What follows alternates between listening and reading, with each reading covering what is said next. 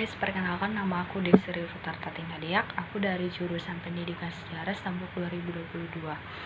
Di sini aku akan membaca buku yaitu Strategi Belajar Mengajar yang diterbitkan itu pada tahun 2015. Nah, untuk penulis dari buku tersebut yaitu Saiful Bahri Daji Amarah Asmanjai.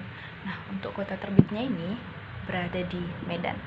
Nah, aku akan mengupas atau mereview isi dari buku ini yang bertujuan untuk membuat jurnal atau menjelaskan isi yang dapat aku review dari buku ini. Selamat menyaksikan. Nah, yang pertama kita masuk ke ringkasan isi buku. Belajar mengajar adalah suatu kegiatan yang bernilai edukatif. Nilai edukatif mewarnai interaksi antara guru dengan anak didik. Interaksi yang bernilai edukatif dikarenakan kegiatan belajar mengajar yang dilakukan diarahkan untuk mencapai tujuan tertentu yang telah dirumuskan sebelum pengajaran dilakukan oleh guru. Guru dengan sadar merencanakan kegiatan pengajarannya secara sistematis dengan memanfaatkan segala sesuatunya guna kepentingan pengajaran. Harapan tidak pernah sirna dan selalu guru tuntut adalah bagaimana bahan pelajaran yang disampaikan guru dapat didiskusikan oleh anak didik secara tuntas. Ini merupakan masalah yang cukup sulit dirasakan oleh guru. Kesulitan ini dikarenakan anak didik bukan hanya sebagai individu dengan segala keunikannya, tetapi mereka juga sebagai makhluk sosial dengan latar belakang yang berlainan. Paling sedikit ada 3 aspek yang membedakan anak didik yang satu dengan yang lainnya, yaitu yang pertama aspek intelektual, yang kedua psikologis, dan yang ketiga biologis. Yang selanjutnya ada bab 2 yaitu konsep strategi belajar mengajar. Yang pertama, pengertian strategi belajar mengajar dihubungkan dengan belajar mengajar. Strategi bisa diartikan sebagai pola-pola umum kegiatan guru dan anak didik dalam perwujudan kegiatan belajar mengajar untuk mencapai tujuan yang telah digariskan. Ada 4 strategi dasar dalam belajar mengajar yang meliputi hal-hal berikut. Yang pertama, mengidentifikasi serta menerapkan spesifikasi dan kualifikasi perubahan tingkah laku dan kepribadian anak didik sebagaimana yang diharapkan oleh guru tersebut. Yang kedua, memilih sistem pendekatan belajar mengajar berdasarkan aspirasi dan pandangan hidup masyarakat. Memilih dan menetapkan prosedur, metode dan teknik belajar mengajar yang dianggap paling tepat dan efektif sehingga dapat dijadikan pegangan oleh guru dalam menunaikan kegiatan mengajarnya. Yang ketiga, yaitu menetapkan norma-norma dan batas minimal keberhasilan atau kriteria serta standar keberhasilan sehingga dapat dijadikan pedoman oleh guru dalam melakukan evaluasi. Hasil kegiatan belajar mengajar yang selanjutnya akan dijadikan umpan balik buat penyempurnaan sistem instruksional yang bersangkutan secara keseluruhan. Yang B, klasifikasi strategi belajar mengajar. Yang pertama, ada konsep dasar strategi belajar mengajar. Konsep dasar strategi belajar mengajar ini meliputi hal-hal. Yang pertama, menetapkan spesifikasi yang berkualifikasi perubahan tingkah laku. Yang kedua, menentukan pilihan berkenaan dengan pendekatan terhadap masalah belajar mengajar. Yang ketiga, memilih prosedur, metode, dan teknik belajar mengajar. Dan yang keempat, menetapkan norma kriteria keberhasilan kegiatan belajar mengajar. Yang selanjutnya adalah sasaran kegiatan belajar mengajar, persepsi guru atau persepsi anak didik. Mengenai sasaran akhir kegiatan belajar mengajar akan mempengaruhi persepsi mereka terhadap sasaran antara serta dan sasaran kegiatan. Sasaran itu harus diterjemahkan ke dalam ciri-ciri perilaku kepribadian yang didambakan. Pada tingkat sasaran atau tujuan untuk universal, manusia yang diidamkan tersebut harus memiliki kualifikasi.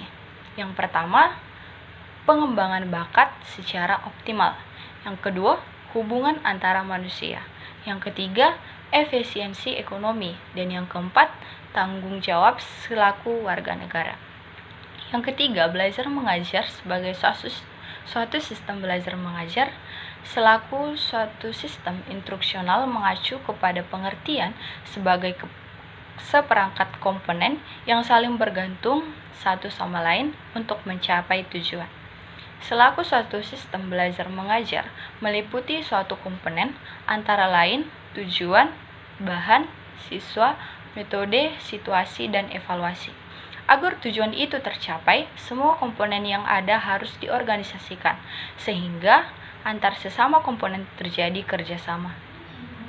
Karena itu, guru tidak boleh hanya memperhatikan komponen tertentu saja, misalnya metode, bahan, dan evaluasi saja, tetapi ia harus mempertimbangkan komponen secara keseluruhan. Yang keempat, hakikat proses belajar mengajar. Kegiatan belajar mengajar seperti mengorganisasi pengalaman belajar, mengelola kegiatan belajar mengajar, menilai proses, dan hasil belajar. Kesemuanya termasuk dalam cakupan tanggung jawab guru. Jadi, hakikat belajar mengajar adalah perubahan.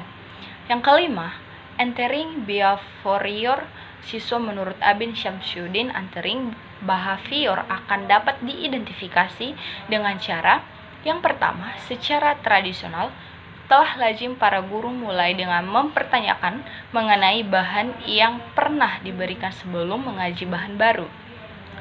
Yang kedua, secara inovatif.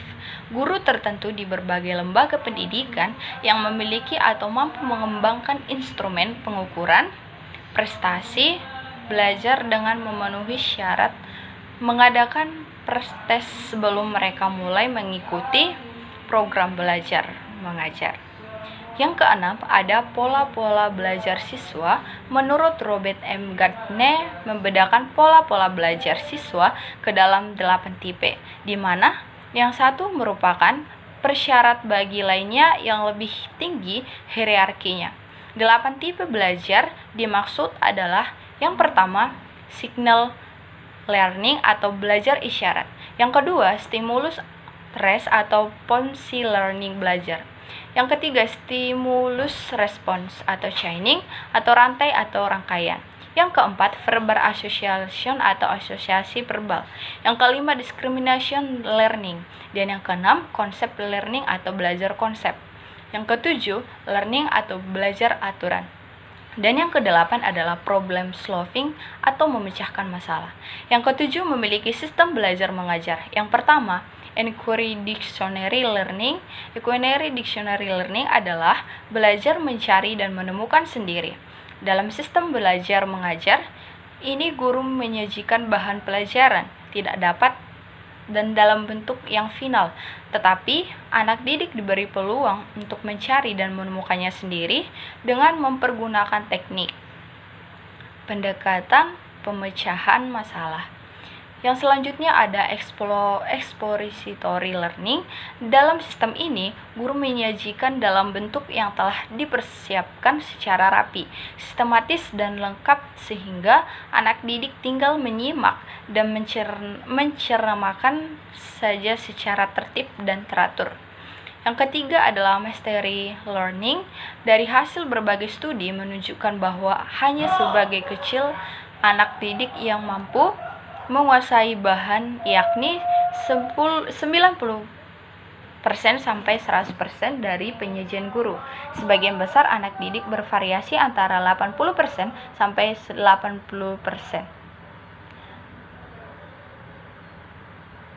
Adanya variasi penguasaan bahan ini mencerminkan adanya variasi kemampuan para anak didik.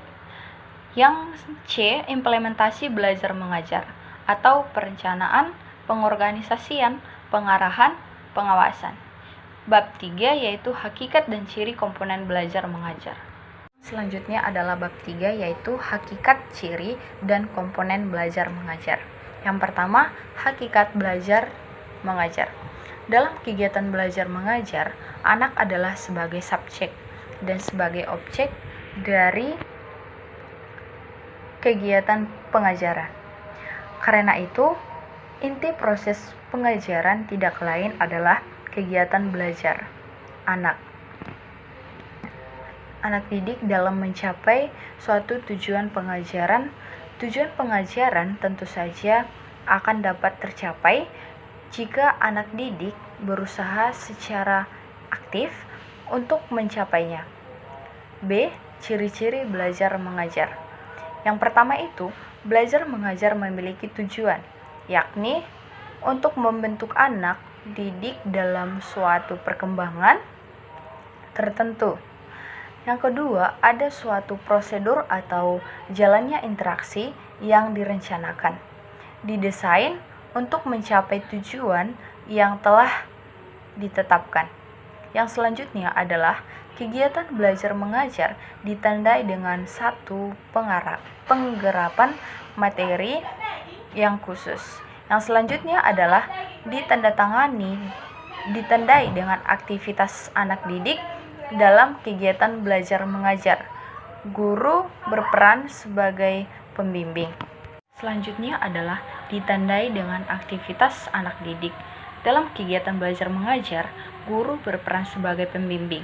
Yang selanjutnya, dalam kegiatan belajar mengajar membutuhkan disiplin, baik itu dalam waktu dan keterampilan. Yang selanjutnya, komponen-komponen belajar mengajar. Suatu tujuan pengajaran adalah deskripsi tentang penampilan perilaku atau performance murid-murid yang kita harapkan setelah mereka mempelajari bahan pelajaran yang kita ajarkan. Suatu tujuan pengajaran mengatakan suatu hasil yang kita harapkan dari pengajaran itu dan bukan sekedar suatu proses dari pengajaran itu sendiri. Yang selanjutnya kita masuk ke bab 4, yaitu berbagai pendekatan dalam belajar mengajar. Yang pertama, pendekatan individual. Pendekatan individual memiliki arti yang sangat penting bagi kepentingan pengajaran. Yang kedua, pendekatan kelompok. Dengan pendekatan kelompok diharapkan dapat ditumbuh kembangkan rasa sosial yang tinggi pada diri setiap anak didik. Mereka dibina untuk mengendalikan rasa egois dan dalam diri mereka masing-masing, sehingga terbina sikap kesetiakawanan sosial di kelas. Yang selanjutnya, pendekatan bervariasi. Pendekatan bervariasi bertolak dari konsepsi bahwa permasalahan yang dihadapi oleh setiap anak didik dalam belajar bermacam-macam. Yang selanjutnya adalah pendekatan edukatif. Pendekatan yang benar bagi guru adalah dengan melakukan pendekatan edukatif. Yang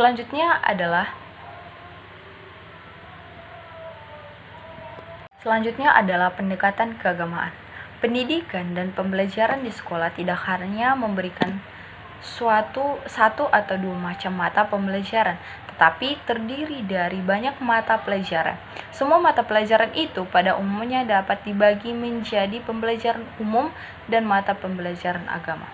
Kita masuk ke bab 5, yaitu kependudukan, pemilihan, dan pembentukan metode dalam pengajaran. Yang pertama, kedudukan metode dalam belajar mengajar. Yang pertama itu metode sebagai alat motivasi ekstrinsik. Motivasi ekstrinsik menurut Sudirman AM adalah motif-motif yang aktif adalah motif-motif yang diaktifkan dan berfungsinya karena adanya perangsang dari luar. Yang kedua, metode sebagai strategi pengajaran. Dalam belajar mengajar, menurut Roestia, guru harus memiliki strategi agar anak didik dapat belajar secara efektif dan efisien mengenai pada tujuan yang diharapkan. Salah satu langkah untuk memiliki strategi itu adalah harus menguasai teknik-teknik pengajian atau biasanya disebut dengan metode pembelajaran. Yang ketiga, metode sebagai alat untuk mencapai tujuan. Tujuan dari kegiatan belajar mengajar tidak akan pernah tercapai selama komponen-komponen lainnya tidak diperlukan. Yang selanjutnya, bab 6, keberhasilan belajar mengajar. Yang pertama, pengertian keberhasilan. Untuk menyatakan bahwa suatu proses belajar mengajar dapat dikatakan berhasil, setiap guru memiliki pandangan masing-masing sejalan dengan filsafatnya. Yang selanjutnya ada indikator keberhasilan. Daya serap terhadap bahan pengajaran yang diajarkan mencapai prestasi tinggi, baik secara individual maupun kelompok. Yang selanjutnya penilaian keberhasilan, yaitu tes formatif, yang kedua tes subsumatif, yang ketiga tes sumatif. Yang selanjutnya tingkat keberhasilan. Setiap proses belajar mengajar selalu menghasilkan hasil belajar. Masalah yang dihadapi adalah sampai di tingkat mana prestasi atau hasil belajar yang telah dicapai. Dengan melihat data yang terdapat dalam format daya serap siswa dalam pembelajaran dan persentase keberhasilan siswa dalam mencapai tingkat tersebut, dapatlah diketahui keberhasilan proses belajar mengajar yang telah dilakukan siswa dan guru. Yang selanjutnya adalah program perbaikan. Pengukuran tentang taraf atau tingkat keberhasilan proses belajar mengajar ini ternyata berperan penting.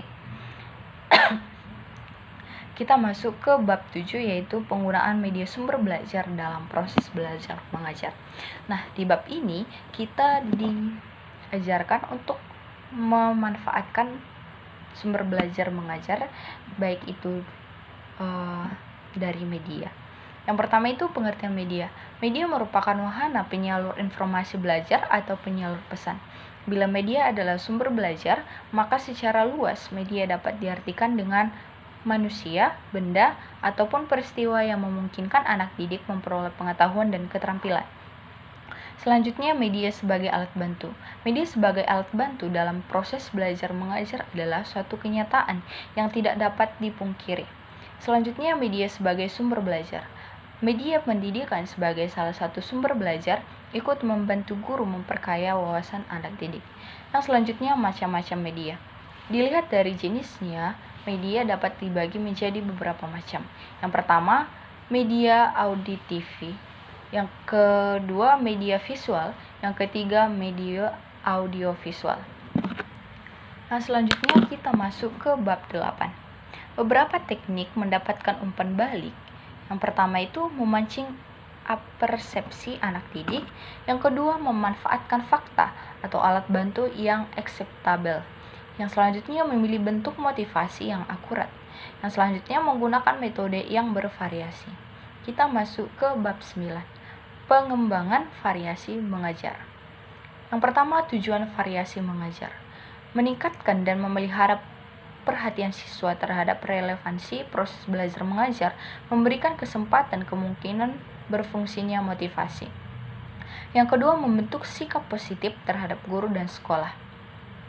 Yang kedua, prinsip penggunaan. Dalam penggunaan keterampilan variasi, sebaiknya semua jenis variasi digunakan. Yang ketiga, komponen-komponen variasi mengajar. Variasi gaya mengajar adalah variasi yang pertama. Yang kemudian variasi kedua adalah media dan bahan ajaran. Yang ketiga, variasi interaksi. Oke, yang selanjutnya kita masuk ke bab 10, pengelolaan kelas. Yang pertama, pengertian pengelolaan kelas. Pengelolaan kelas adalah salah satu tugas guru yang tidak pernah ditinggalkan. Guru selalu mengelola kelas ketika dia melaksanakan tugasnya. Pengelolaan kelas dimaksudkan untuk menciptakan lingkungan belajar yang kondusif bagi anak didik sehingga mencapai tujuan pengajaran secara efektif dan efisien. Ketika kelas terganggu, guru berusaha mengembalikannya agar tidak menjadi penghalang bagi proses belajar mengajar.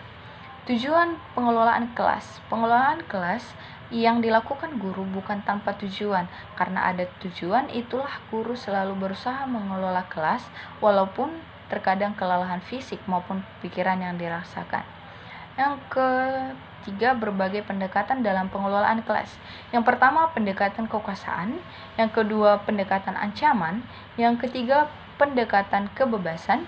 Yang selanjutnya, pendekatan pengajaran. Dan selanjutnya, pendekatan perubahan tingkah laku.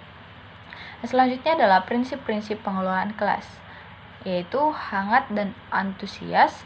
Yang kedua, tantangan. Yang ketiga, penekanan pada hal-hal yang positif. Dan yang terakhir adalah penanaman disiplin diri.